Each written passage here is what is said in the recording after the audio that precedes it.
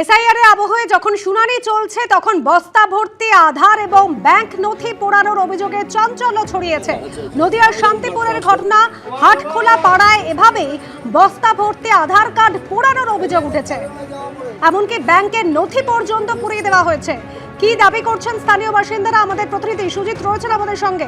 সুজিত, হ্যাঁ দেখো, নদিয়ার শান্তিপুর হাটখোলা পাড়ায় বস্তাবন্দি আধার কার্ড এবং ব্যাংকের গুরুত্বপূর্ণ নথি পোড়ানোর ঘটনাকে কেন্দ্র করে রীতিমতো চাঞ্চল্য ছড়িয়েছে আজ সকালে, এবং স্থানীয়দের তৎপরতায় ঘটনাস্থলে পৌঁছায় নদিয়া শান্তিপুর থানার পুলিশ।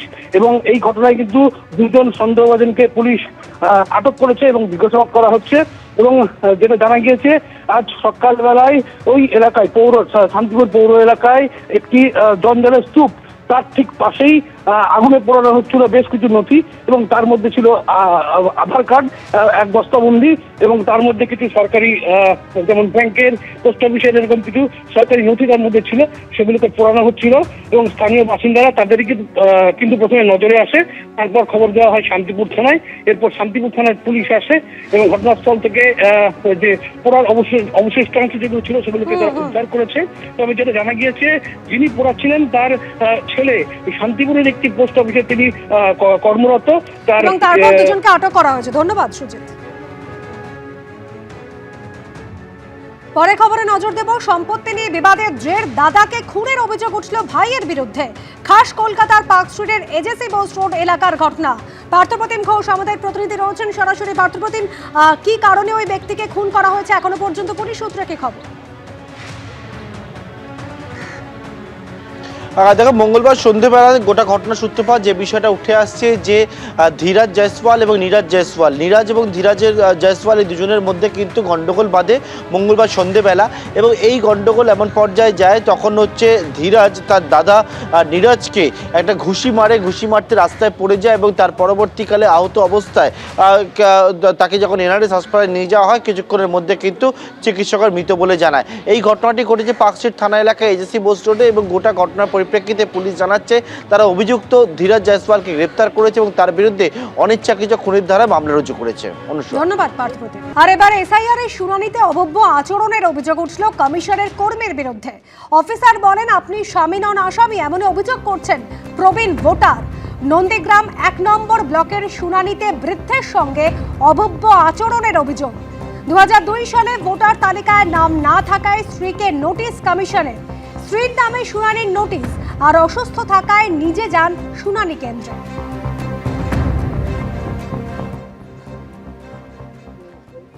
হিয়ারিংয়ে আমার স্ত্রীকে ডেকেছে। আমার রিলেশনে কোনো রিলেশন নয়, তার বাবা মা 30 বছর আগে মারা গেছে, তার কোনো ডকুমেন্ট নেই, যার জন্য বাধ্য হয়ে আমি এই বৃদ্ধ বয়সে আমার স্ত্রীকে নিয়ে এখানে এসেছি হিয়ারিং করতে। খুবই কষ্টের ব্যাপার। না, ডকুমেন্টস কিছুই না, বলছে সরকারি ডকুমেন্টস ছাড়া কোনো অ্যাকসেপ্টেড নয়। আমি তো চাকরি করেছি, আমার তো পেনশন আছে, পেনশন বুক দেখিয়েছি, কিন্তু সে পেনশন বুকও অ্যাকসেপ্টেড নয়। আমি আমার সমস্ত কিছু ডকুমেন্ট দেখিয়েছি, আমি যে 30 বছর 40 বছর সার্ভিস করেছি সেটাও দেখি। বলছে ওগুলো আপনার ফেলে দিন। আমি বলছি আমি ওনার হাজব্যান্ড। বলছে হাজব্যান্ড না, আপনি এখন স্বামী নয় আসামি, আপনি ওসব বাদ দিন, ওনার কি আছে দেখানো। বিভিন্ন শুনানি কেন্দ্র যখন এসআইআর এর শুনানি চলছে, সেই সময় ডেপুটি কমিশনার জ্ঞানেশ ভারতী তিনি হাওড়ার একাধিক শুনানি কেন্দ্রে গিয়েছেন।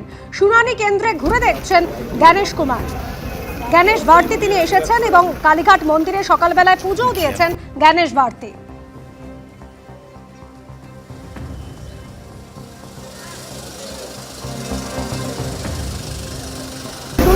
আমাদের প্রতিনিধি রয়েছেন আমাদের সঙ্গে।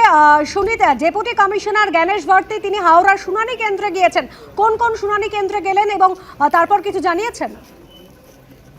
দেখো, যেটা জানা যাচ্ছে যে জ্ঞানেশ ভারতী ডেপুটি নির্বাচন কমিশনার, তিনি আজকে সকালে আসেন এবং জেলা শাসক দীপক প্রিয়ার সঙ্গে তিনি কথা আলোচনা করেন এবং অন্যান্য নির্বাচন আধিকারিকরাও তারাও ছিলেন এবং আরও তারাও উপস্থিত ছিলেন। এরপর তিনি আলোচনার পর তিনি হাওড়া ময়দানে যে ডিস্ট্রিক্ট লাইব্রেরি আছে সেখানে পরিদর্শন করেন। এরপর দাসনগরের যে পলিটেকনিক কলেজ আছে সেখানে তিনি যান। এরপর বালিজগাছা ব্লক সেখানেও তিনি যান।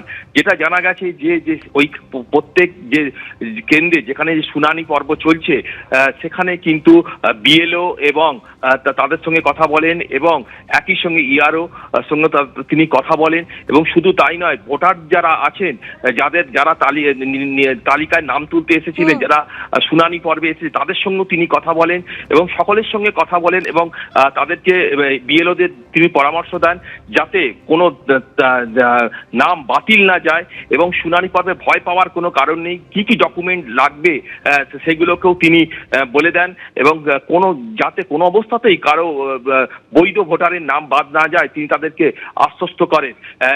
এরপরই তিনি জেলা শাসকের সঙ্গেও বৈঠক করবেন বলে জানা গেছে। ধন্যবাদ। অভিষেক বন্দ্যোপাধ্যায় নির্দেশ দিয়েছিলেন এবং তারপরে হিয়ারিং এ কিন্তু তৃণমূলের বিএলএ রাখতে ক্রমাগত চাপ সামনে আসছে। চুচুড়ার পর এবার পোলবা, ফের এসআইআর এর শুনানি বন্ধ করলেন অসিত মজুমদার। পোলবা এসআইআর শুনানিতে বাধা তৃণমূল বিধায়ক অসিত মজুমদারের। তাদের হিয়ারিং এ রাখছে যারা বিভিন্ন ভাবে ভারতের নাগরিক, তাদের অসম্মান করছে। আপনারা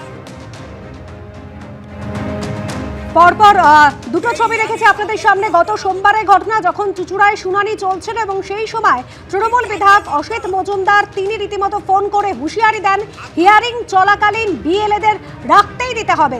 এই হুঁশিয়ারির পর কিছুক্ষণের জন্য বন্ধ হয়ে গিয়েছিল। আর তারপর মঙ্গলবারের ছবি, পোলবায় শুনানি চলছিল, চুচুড়ার পর ফের এসআইআর এর শুনানি বন্ধ করেন অসিত মজুমদার।